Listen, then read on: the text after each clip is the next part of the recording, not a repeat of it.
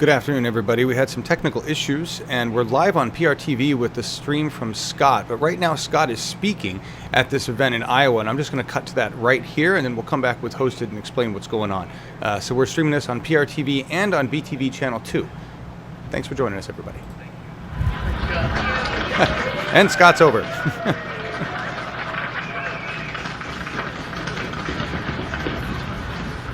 Next, we're going to hear from Dr. Larry Seabrook. Did I say your name right? Close. Okay. I wanted everybody to know, too, that your local representative, Akeo Abdul Samad, is here, and he supports us, and he was good enough to come, and so I want y'all to say hello to him and a big thank you. It's so great to see so many people come out to support this really important cause. I'm a family doctor. I worked for 24 years in rural Iowa. I was a country doctor, and for the last 13 years I've been at Broadlawns Medical Center here in Des Moines. And thank you for your support. They're wonderful. I think our message is really simple. It's really simple. If people don't have access to quality health care, they die prematurely and they die unnecessarily. Yeah. And that is not speculation. That is an absolute, unequivocal fact. And so, yes, and expensively. That's exactly right.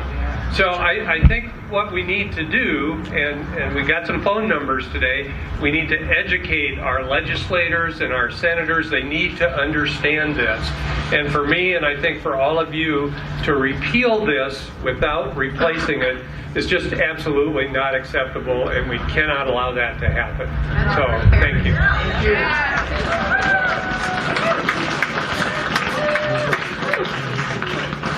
Thanks so much, Doctor. Now we're going to hear from Dr. David Drake.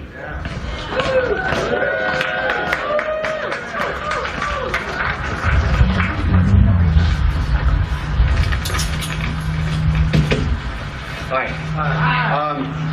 I wrote down some notes to keep myself organized here, but I want to thank our organizers, first of all, Maddie Anderson and Rachel Kell, along with others, as well as Our Revolution Move On. Can we give them a hand for organizing us today? I want to say, as a supporter of Senator Bernie Sanders, I've been especially impressed with the group Our Revolution, which brought us here today, as it works to continue the ideals that he and we expressed during his campaign. Like many of you, I'm overwhelmed by all the regressive developments in our nation's and our own state capital. And state. Yes. News coming out seemingly by the hour. I believe this is a time, as I told my friends, to stand up, to speak out, and to show up, as we are all doing today. We need to continue doing it. Former State Senator Jack Hatch, is Jack here today? He's here at the last one. Refers to these days as a dark time.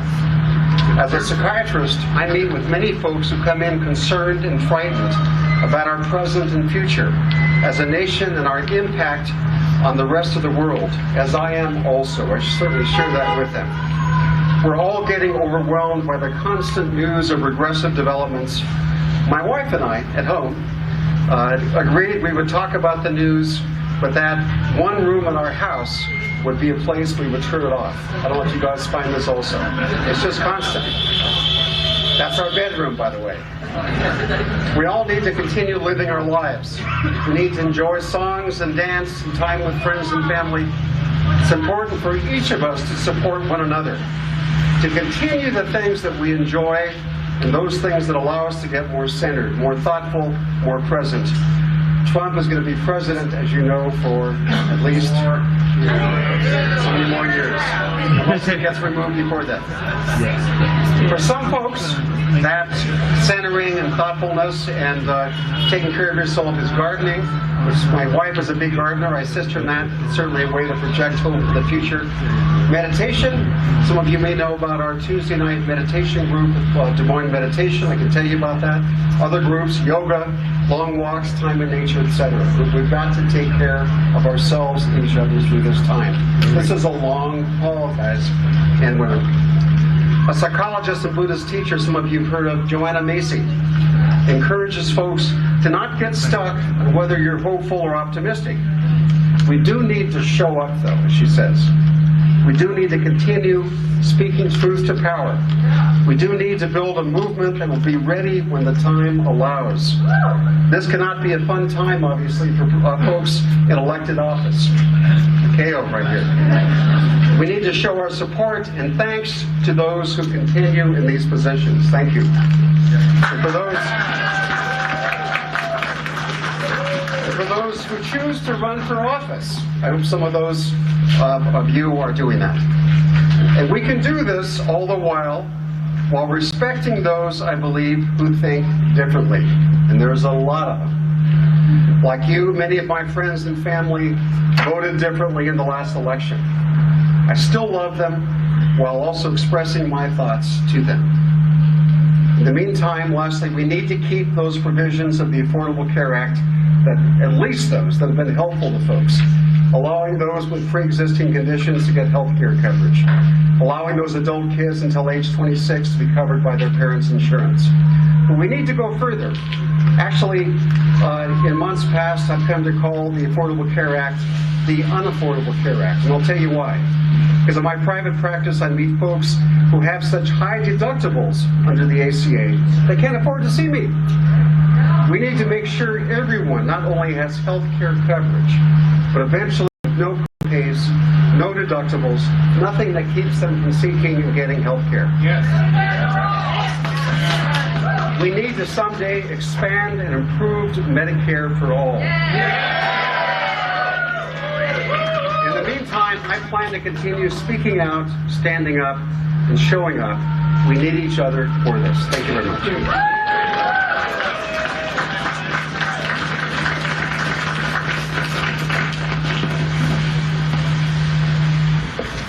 Thanks so much. Mikhail, can you come up and give a few words to us? Yeah. We'd love to hear from you.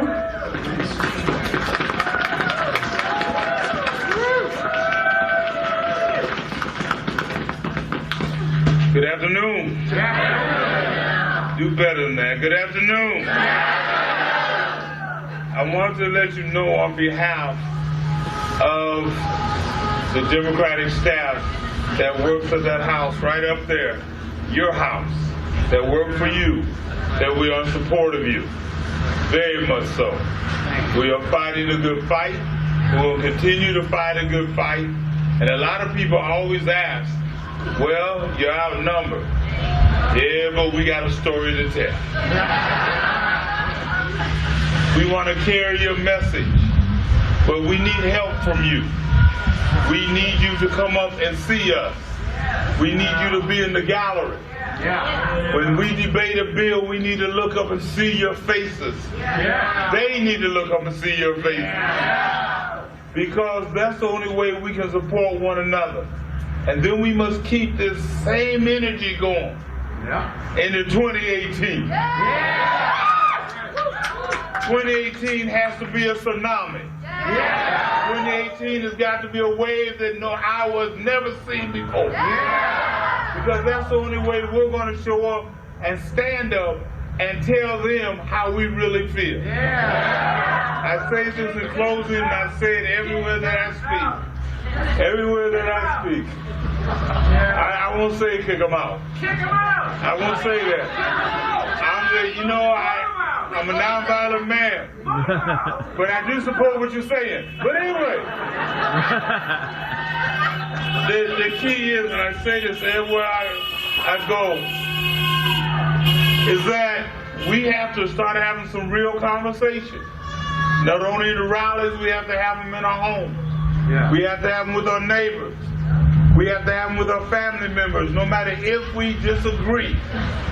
But I say to you from my heart, from the bottom of my heart, that we are all in pain right now. But we also have to understand, you'll never hear me speak negative of my colleagues across the aisle. You'll never hear me speak negative about the president, because they're doing what they said that we're going to do. They said we were going to mess with the health care. They said we were going to mess with Planned Parenthood. They said we were going to deal with collective bargaining. That's what they said. And now that they said that, now we must stand up and do what we say we're going to do. And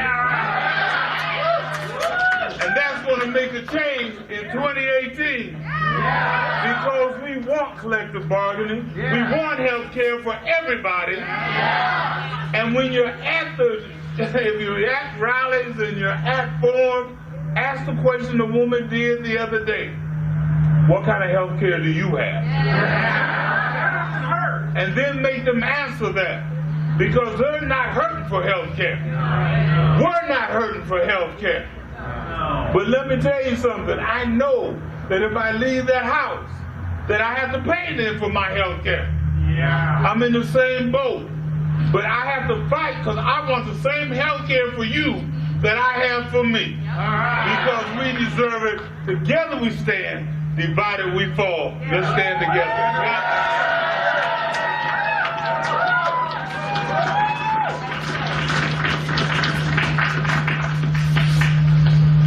Thank you, Representative, for those inspiring words. Kind of on the same point here, very soon the off-year caucuses are going to be coming up. I'm not sure when Polk County's is. I don't live in Polk County.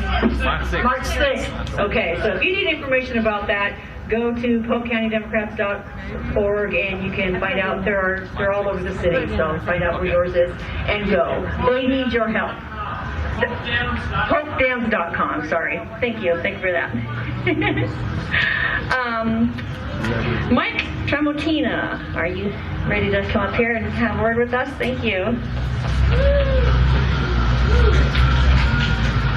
Thank you, Maddie, and thank you, Rachel and OFA and the others for getting us organized today and giving us a forum where we can all come and speak out because the members of Congress need to hear.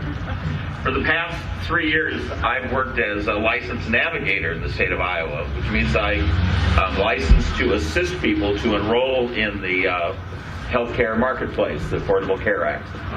And I have worked in rural areas in Iowa and in the Des Moines area, and I've assisted several hundred people individually to do their enrollment and to help them get onto that marketplace and help them apply for their tax credits, help them shop for a plan, select a plan, and I can see how important it has been. And the people who I have assisted are not just faceless people who need help, and they're not just statistics. These are real people, and every single one of them has a real story. I have had to explain to people the Affordable Care Act does have deductibles, some of which are too high, does all have premiums, some of which even after the tax credits are still too high. They still have insurance, health and prescription drug plans, which can be too high. But as we see the Republicans coming now, and they say that we're gonna repeal, and then we're gonna come later in 2018 or 2019 and 2020, and we're gonna have we'll have a replacement ready by then. Don't believe that. Because I think they're being sincere when they say, well, we're going to spend the next year or 2 years figuring this out. What happens really this summer is going to be that if they enact legislation they're proposing now, and it leaves in place the ban on pre-existing conditions, and they leave in place the provisions that allow people to enroll up until they're age 26. And if they leave those favorable provisions in place, but then they erase the other provisions, such as the mandatory, everybody has to have insurance, and the IRS penalty if you don't, then what they've really done is they've created a situation that the insurance companies can't accept. And what will happen is, even though they're trying to tell us, though, we're going to keep all these favorable provisions in place, the insurance companies are going to have no choice but to drop out. And then they're going to say, oh, Obamacare failed, that it just collapsed of its own weight. Don't believe that. They're going to pull the pins right out from underneath it, and they're going to cause a collapse. That's deception. It's certainly misleading. So what I have, the day of the Women's March up here, that great day, shortly after the election. I can hear you were all there. Part of the 26,000 people who marched that day. Yeah. Along with Citizen Action, we passed out petitions that day, and we got over 1,100 signatures that day of people saying they didn't want to have a repeal. And I presented that petition to Congressman Young, and I will present it to Senator Grassley and Senator Ernst. Except I went like many of you. I went to their rallies this week, but there were so many people saying so many things to them. They didn't need the petitions from me. We'll save that for another day, when the crowds aren't so demanding of getting their voice out. But here's the cover letter, a summary of the cover letter that I provided to those 1,100 Iowans who signed those petitions, asking not to repeal before there's a replacement. My cover letter says a suitable replacement plan should not replace high deductibles with higher deductibles. Replace high premiums with even higher premiums. Replace caps on consumers' annual out-of-pocket expenses with caps on insurers' annual expenses. We should not replace a no-cost preventive care with a requirement that deductibles be met before preventive care is covered. A suitable replacement plan should not replace a plan that ended the Medicare prescription drug donut hole with one that does not lower the cost of prescription drugs and shifts the cost back onto the seniors. We should not shift the costs of uncompensated care onto the hospitals and on to insured people. Those are the things that we need to see in a suitable replacement plan, and we need to see it sooner, well before we have a replacement. Thank you to everybody for being here today.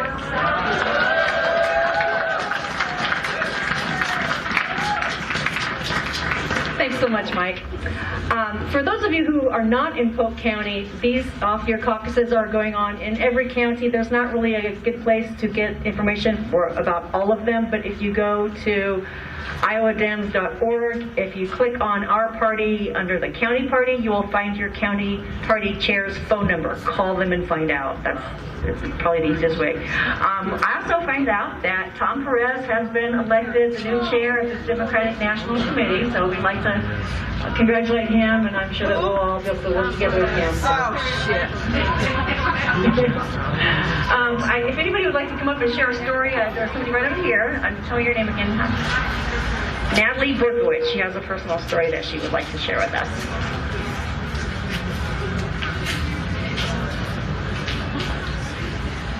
Hi, I have a little bit of a story and a little bit of things I'm asking you to do. I'm new here. I've only been here a year and a half. I moved here from California where I had Kaiser Healthcare, and I loved it. I now have Broadlawns Healthcare. I love it. It's fantastic. I have some of the best doctors. I work in your community.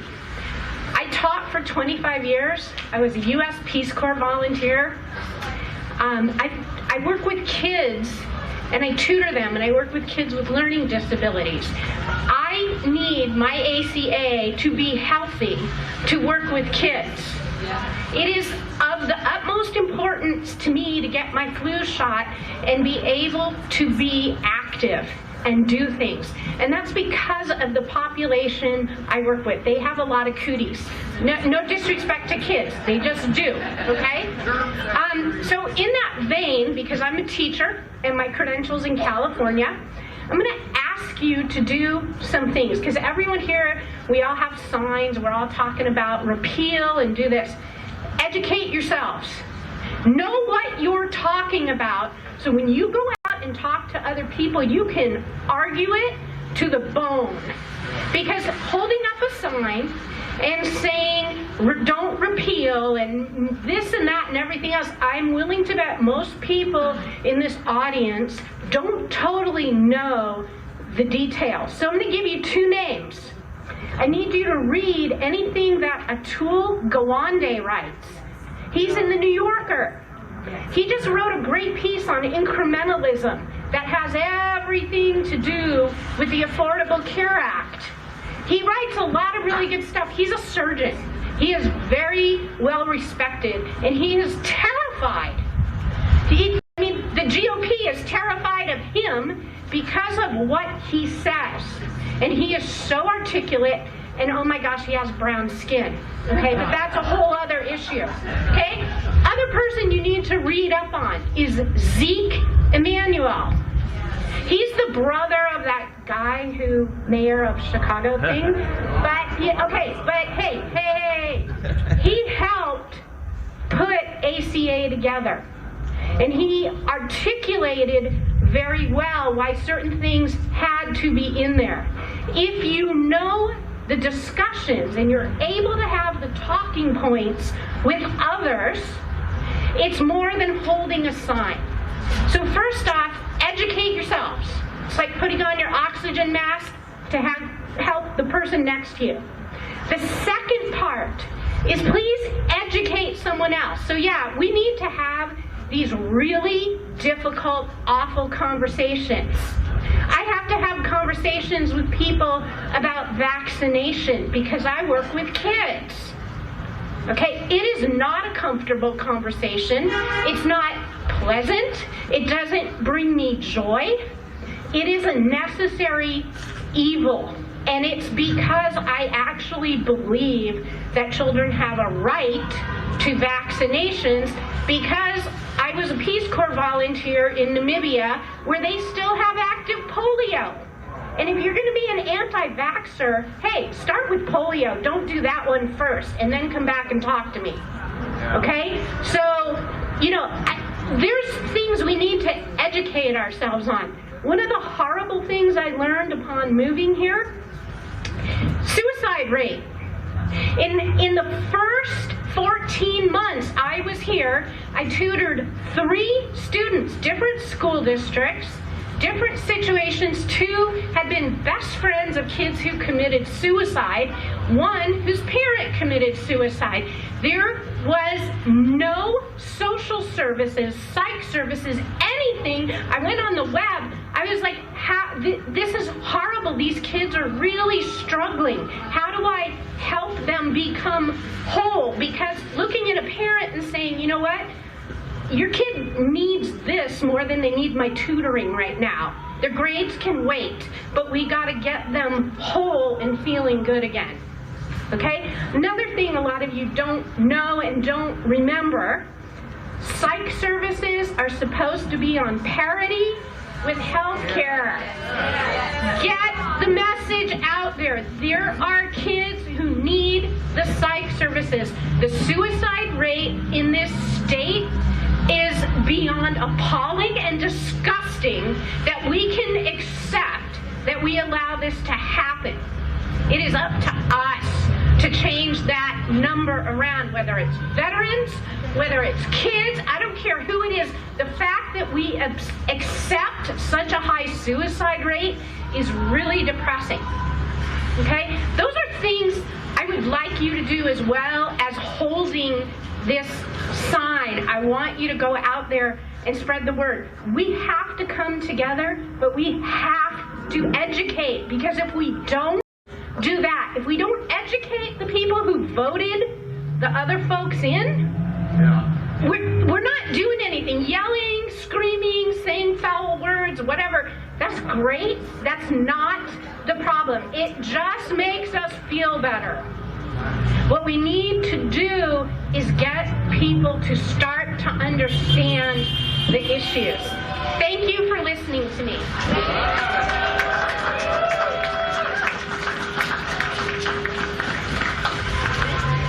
Hi, my friend Suzanne Silver. I'd like you to come up and say a few words with us.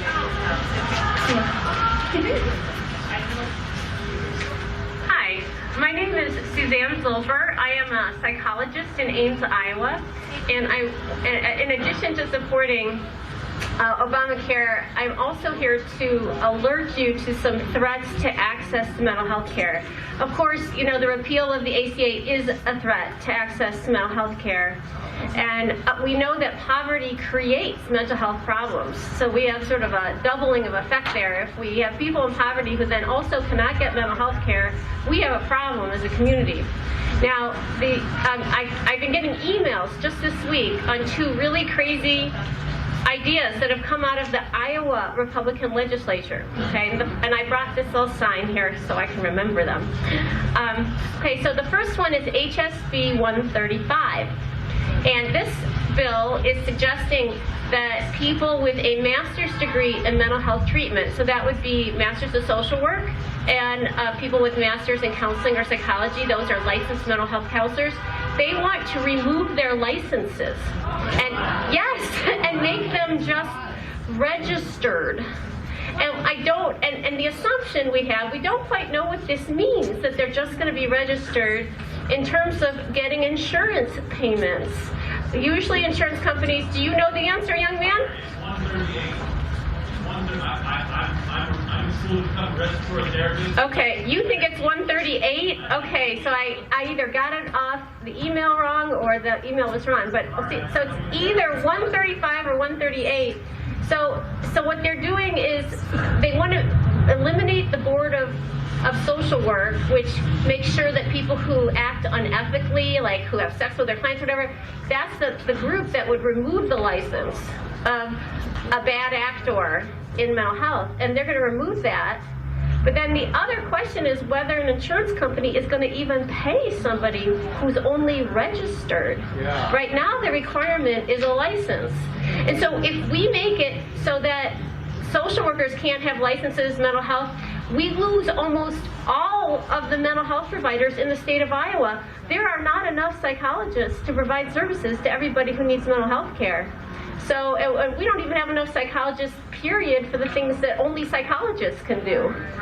So this is a very, very scary bill, and we need to fight it with everything we have. We need to support our social workers. We need to support our licensed mental health counselors. And then it also affects other professions like respiratory therapists, barbers, a whole group of people. Now this next one, SF 254, and let me be clear, I'm not saying people should not own guns. I'm not saying that. But what I am going to be saying about this is that if I have somebody in my office who is suicidal, I'm expected by medical standards to ask them if they have access to a gun, to assess the lethality and emergency level of their threat. And also, I'm to ask that if they are saying they want to kill somebody. Now, this bill would make it illegal for a doctor, a dentist, a psychologist, a mental health worker, anybody to ask somebody if they have access to a gun when they are suicidal or homicidal. So this is a very dangerous bill. This will literally kill people. This bill also allows guns on campuses. Oh, and this is the bill that also allows guns on campuses. So let's make sure we really make a lot of phone calls about these two bills that put the mental health of this community at risk. And I was saying to somebody else how it is concerning to me that when there is a mass shooting, the gun people say, oh, well, you know, it's a mental health issue. Yeah. But then those same people won't support mental health funding. So you can't have it both ways. Thank you for your attention.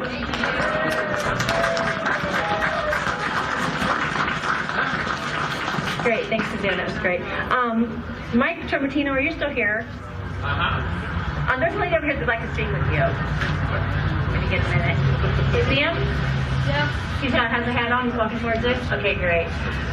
I want us all to be real mindful. We have been speaking to our representatives. Quite honestly, I don't think that the Des Moines, the Iowa representatives are really listening too much. We haven't seen too much movement from them.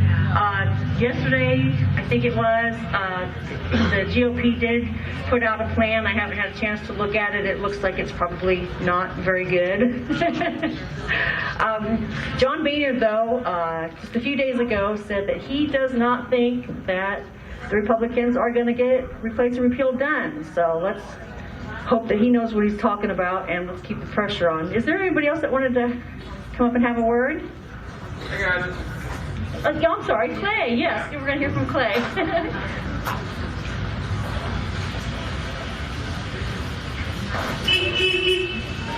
Thanks you folks for being out here today. I just wanted to, we've come a long way just the past month. I was here at the last rally we had back in mid-January. I'm sure some of you folks were here as well. And at the time, it looked like Republicans were just going to ram this thing right through, get repeal done by January 27th was the date they had set in that budget resolution they had passed. But now there's still a twist in the wind. They can't get it done, folks. So I want to thank you all for what you've been doing so far to keep up. We got to keep up the pressure on them. You know, the Affordable Care Act, it does a lot of great things. It ends limits on lifetime caps on health benefits. You know, it expanded Medicaid so that millions of low-income Americans are now covered. It set up the marketplaces so that folks get subsidies for their health care plans. And now, of course, you know, Republicans want to get rid of all that. They want to get rid of all those subsidies, all the Medicaid expansion. Going to throw 20 million people off the rolls, and they'll be able to, insurance companies will be able to deny folks with pre-existing conditions again. They'll be able to set lifetime limits on people's health care benefits again. And not only that, they want to defund Planned Parenthood in the same bill they used to water down the Affordable Care Act. So women won't have any reproductive rights either once they're through with their bill. So it's pretty terrible. I say we should fight at full steam. You know, I just say hold the line, folks. We've got to keep up the pressure on them. The Republicans, they don't have a replacement plan. I mean, they don't have a fully fleshed out replacement plan they can put in place. Otherwise, they would have done it already. And I don't think they're going to come up with one because they've been saying repeal and replace like a broken bobblehead for the last 7 years, and they still, and they, 30 years, and they haven't gotten it done. If they had a replacement plan ready, they would have done it already, but they haven't. So I say let's stick with the Affordable Care Act. It's insured 20 million Americans. It's slowed the rate of health care costs. It's It saved thousands of people's lives across our country. Folks who would have died from cancer were able to get treated for it. Folks have been prevented from getting in the first place. They would go to their doctor and find out they had cancer. They wouldn't be able to do that before. So I say let's stick with what works. Let's preserve and build on the Affordable Care Act. Let's not rip it up and start all over again. So hold the line. And whenever somebody says that we need to get rid of it and start all over again, here's my response. Hell no. So thank you. Keep up the fight.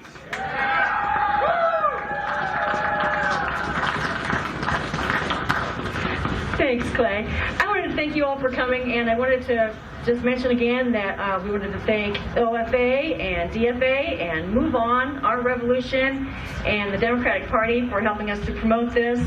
If you want to get more involved, I'm easy to find on Facebook. Again, my name is Madeline Anderson. You can easily find me in the Iowa Democratic Women's Caucus or the Iowa Democratic Progressive Caucus. Those are great groups for you to get involved with to keep track of what's going on. I also run a Facebook page, Our Revolution Iowa, where I try to keep you filled in on what's going on in Iowa. Does anybody else have anything they wanted to say? I think we'll go ahead and close out now. Thank you. Absolutely. Rick Smith, OFA. Yeah, bring my size back. So I just want to tell you one thing. You are making a difference for being here today, and let me explain that to you. In 2009, the Tea Party came up, and they began to criticize Obamacare, and they've criticized it ever since. And we were silent. Now we're ready to speak up. Are you ready to speak up? Yeah! This week we saw town halls across Iowa. We've seen town halls across the United States. Iowans are speaking up. Are you ready to speak up? Yeah! We just heard from people who tell us they will lose their lives. This is life and death. Are we willing to speak up for Scott and other people on OFA, on Obamacare? Yeah! Yesterday I had the privilege of coming here with Dr. Deming from the oncological unit at Mercy with 11 cancer survivors. They told the staff of Senator Ernst, Senator Grassley, and Congressman Young their lives depend on Obamacare. Are you going to stand up for those cancer survivors? Yeah! Thanks for coming.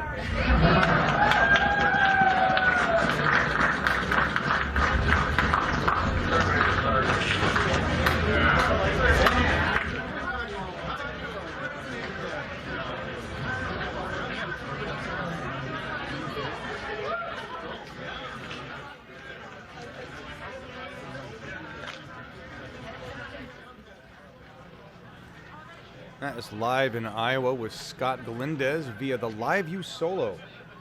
We have the Solo back. A wonderful thing. And thank you, Scott, for being out there and for providing testimony with his own situation there. We're going to hang on here for a second. I don't know if Scott's going to do some interviews. Hey, everybody.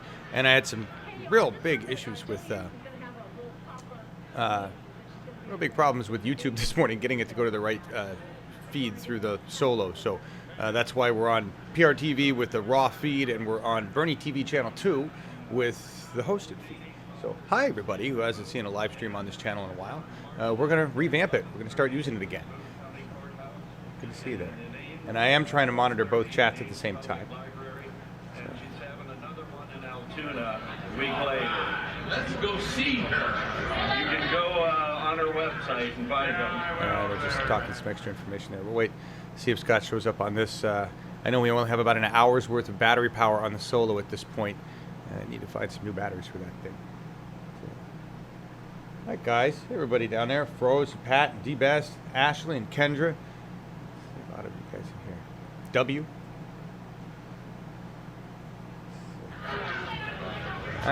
I'm looking for other live streams. If you guys know where Bernie Sanders is speaking today, if there's another healthcare rally going on, I'm more than happy to bring that to you and stream that. But, this particular event is over. We'll stay on just a little longer. You guys talking about that? Phil Britton, Sandra Phelps, thank you. Pat Hacker. All right, Scott stopped his stream. So we're done there, everybody. And get this out of here. There's a lively discussion happening there on Twitter, the hashtag healthcare rally. Thank you, everybody. Yes, Jonathan, the streamer stopped streaming. Scott had to go. We're done with that. You can go on. No. That's the raw feed. So anyway, good to see you guys again. And if there's another rally that pops up later on, I'll create another event really quick, and we'll cut to that. Otherwise, go out, go take jobs in your government, right? You heard that guy. Are you ready to stand up and fight for Scott Galindez? The most direct action you can do is to go take a role in your government. Take a role at the smallest level. PCP, I'm going to do that. March 2nd, I have to go in front of some people, explain to them why I want to be a PCP, a precinct committee person, and then I'm going to fill out a little form, and that's going to be my first job in government. Doesn't pay anything, but it gives me power. Go take your power. There's many, many seats open all around the United States. Take your power back. Save healthcare. Let's make it better. Let's make it what Obamacare was supposed to be in the first place before it got eviscerated. Nobody remembers that Obamacare used to be decent, then it was eviscerated to meet the needs of the greedy business people.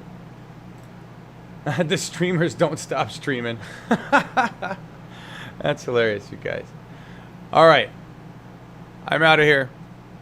We'll either see you later on with another healthcare rally, or we'll see you tomorrow, or no, not tomorrow, Tuesday for Awake at a later time. It'll be 10:30 Pacific. So join us.